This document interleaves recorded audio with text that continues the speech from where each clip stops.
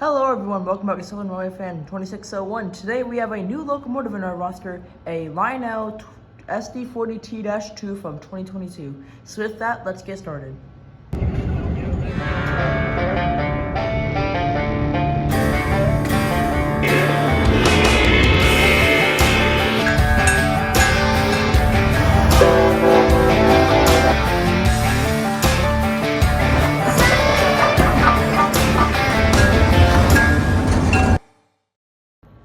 Alright, so the EMD SD40T-2 was built between 1974 and 1980 and was used for three railroads: the Rio Grande, the Southern Pacific, and the Southern Pacific subsidiary, the Cotton Belt.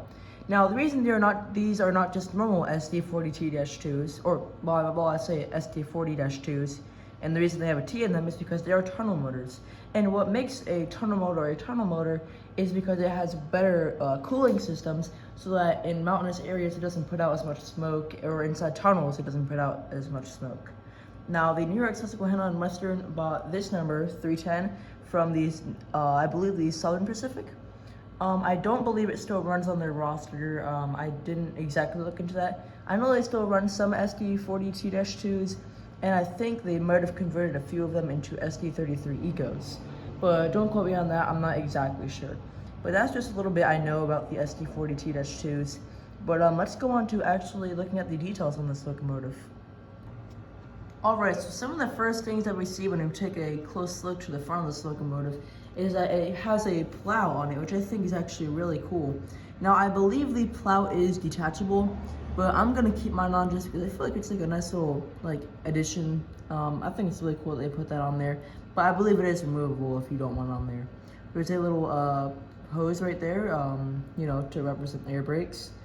These are electrocouplers, so you can just with like a click of a button, you can open these. There's a little chain right here, movable chain. You can add this little flap right here. You can put that down like that. I'm gonna put that back up. And then there's some ditch lights right there, some little gravel irons and stuff, some steps, and the steps are not mounted to the body, they're on the trucks. So I just want to make that clear. There's some more grab irons, the Susquehanna logo right there, some more lights right there, little brake wheel, and up there is the number boards and the lights. All of that lights up. Some more grab irons. There is actually the windshield wipers. I think that's pretty cool. Yeah, and there's also some really nice looking safety treading on the front of the locomotive, and it's the same on the back. I thought that was kind of cool. So yeah, that's what the front of the locomotive looks like. Let's go on to the side. Alright, so if you look on the side here, we can see the steps more clearly right there. You can see how they're attached to the truck. You can see there's a little F right there. I guess that means that this is the front of the locomotive. There's a nice yellow band or line that goes across the side of the locomotive. There's some more grab irons right there that go all the way along the Susquehanna logo, and we'll get to the back of the locomotive in a second. And there's also some little things right there. I don't really know what they do. Some little holes up there. You know, I'm not an expert on locomotives. You can see right here that this is the New York Susquehanna and Western locomotive paint scheme. It is number 3010, and it says SD40T-2 right there in small lettering. There are hand-painted crew figures inside, and these windows do move and open, as you can see. Let me close that one, and then open that one back up. And yeah, so this locomotive is very nice. There is also a little see-through ventage part right there. Yeah, so let's look at the back of this locomotive now.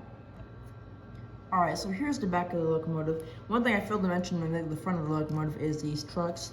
Very detailed. You see they have this little piping right here. I think it's really, really cool. Again, more grab irons, the yellow band, some more venting. You can see some of the wires if you look closely. This part up here is actually removable. This is where you'll find all of these switches and stuff. Let me just take that off real quick. There we go. And you can see it has, I think it's run program, smoke on off, and Bluetooth on off. Now, I turned off the smoke for right now. If you look in some of my YouTube shorts, you can see it with the smoke on. I just didn't want to run it with the smoke on. And yeah, you can just have like Bluetooth, or you can turn on or off the Bluetooth, and you can also do the run program. Or actually, I'll just put that on in a little bit. It is kind of hard to get back on. It's kind of like a it's not like a magnet. You have to kind of slide it in the back right here. Here, I'll show y'all the reference. You kind of slide it in on, or oh, I'm putting it on backwards. Never mind, that's why. You slide it in on back here, and then you just kind of forcefully just bring it back down, and it snaps in like that. And I guess if you look at the top bar up here, there's a little, that's where you put the smoke fluid in. The smoke remover is kind of dirty, wow. You do, wow. You do just put the smoke fluid through there. I think it's recommended like 10 to like 20 drops or something. I don't exactly remember. There are some more vents and stuff. And here's the horn, looks very nice. And of course, that's where all the switches are. And yeah, so that's the side and top of the locomotive looks like.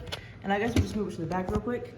You can see the Susquehanna logo, some ladders, again, some more lights, and some of them do turn on when you put the locomotive in reverse. Another electrical coupler, some more hoses, but this time no plow. But that's fine. And there is also a tread, there are safety treads, but there is a safety chain right there. So that's what the details on the locomotive look like. On the other side, it's exactly the same. So yeah, how about we see the sounds on this locomotive and just see how it runs. Alright, so I did apply power to the track. I don't know how well you can see it on camera, because still my camera doesn't look that great. But the number boards are lit up.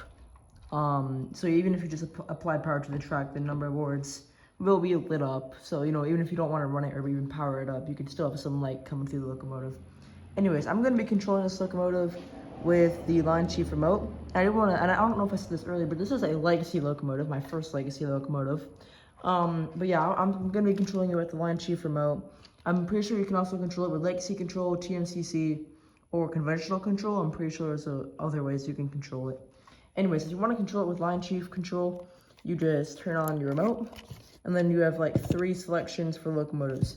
Now these 2 are already taken up by 2 locomotives. So this one, I'm going to press number 3 because I selected it to be number 3 on my remote. So if I just press number 3.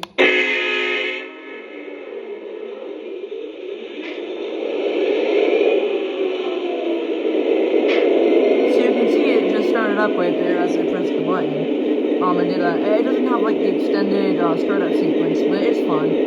Anyways, this locomotive, you cannot do 5 horns to my knowledge through the line chief remote. So they just give you 1 horn to use. So this is the horn for me.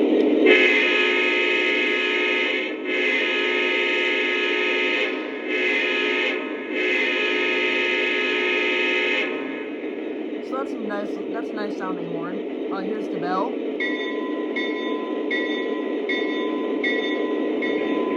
I did also forget to mention that you also can control it through Bluetooth, and you can change the pitch of the horn or the bell. Also, here is the crew talk. Dispatcher, can we depart to the main line? Over. Please stand by. Out. And if you want to do the couplers, you hold down the crew talk button, and then you press either front or rear for whatever one you want to have be open. So for instance, I'm gonna hold down the crew talk button, and then I'm gonna press the horn button until it goes to the front coupler. I'm gonna do it one more time. And you can see right there that it opened. So that's how you want it. If you want to know how to do that on a legacy or a line shift controller, that's how you do it. Anyways, let's get this locomotive onto the main line and run it with some freight cars.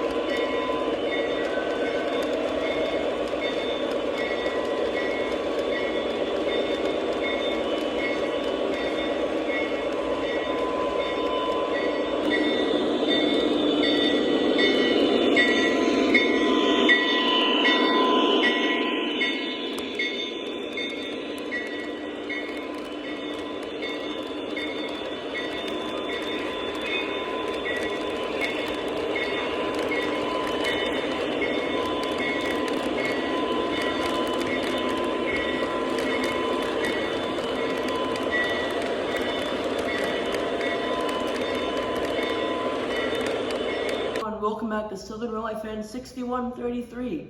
Today we have a new locomotive review. It is of the Susquehanna Legacy SD40T-2 number 3010. So let's just get straight into unboxing it. It is my first Legacy model. I've never had a Legacy engine before, so I'm very excited. One of the reasons I got this specific model, there's a few SD40T-2s there, but I specifically wanted the Susquehanna model because when I lived in New Jersey for about 9 years of my life, and I would pass railroad tracks at least 6 times, around 5 to 6 times a week, and those would be Susquehanna trackage. And every once in a while, I'd see a Susquehanna engine come through, and it looked a lot like what an SD40T-2 is. Yeah, that's how you say it. So yeah, after I wanted to get this model, it retailed for $649.99, but I got 40% off, so it was like 300 something, which is a very good deal. Wow, this looks amazing. Okay. I'm just gonna pull this on out. Alright. That's out. I'm gonna pull this. Alright. There. Okay. You gotta be careful unboxing these Legacy engines. You never know what could go wrong.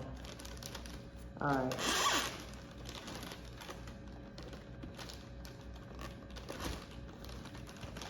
Alright, I want to get this out as carefully as possible without breaking anything.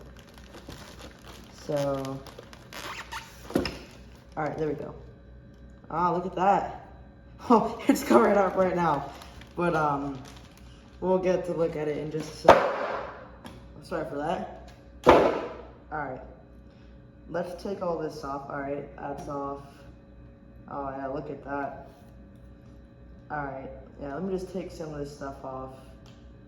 I'm glad that you put a lot of protection stuff on it so that it doesn't get damaged in shipping and stuff.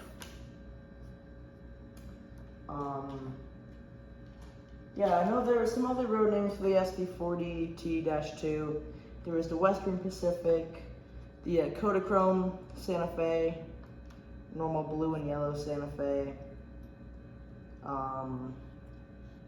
I think there might have been a few others. I think Southern Pacific might have had one. I don't exactly remember. And actually, I know the Rio Grande definitely had one. Because I know in real life they had a ton of motors, so I'm pretty sure Lionel did one for the Rio Grande. Sorry if this part's a little bit boring. Just trying to get this unboxed up and ready so you guys can see it running. Alright, I don't want to make the unboxing part too long, because I know you guys want to see the actual engine in motion and see all the nice specs of it. Alright, here it is. Look at that. I'll place it on the track here.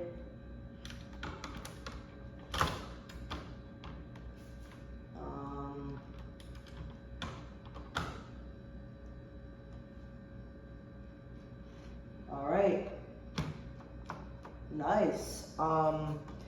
Let's take a closer look at what this model has to offer.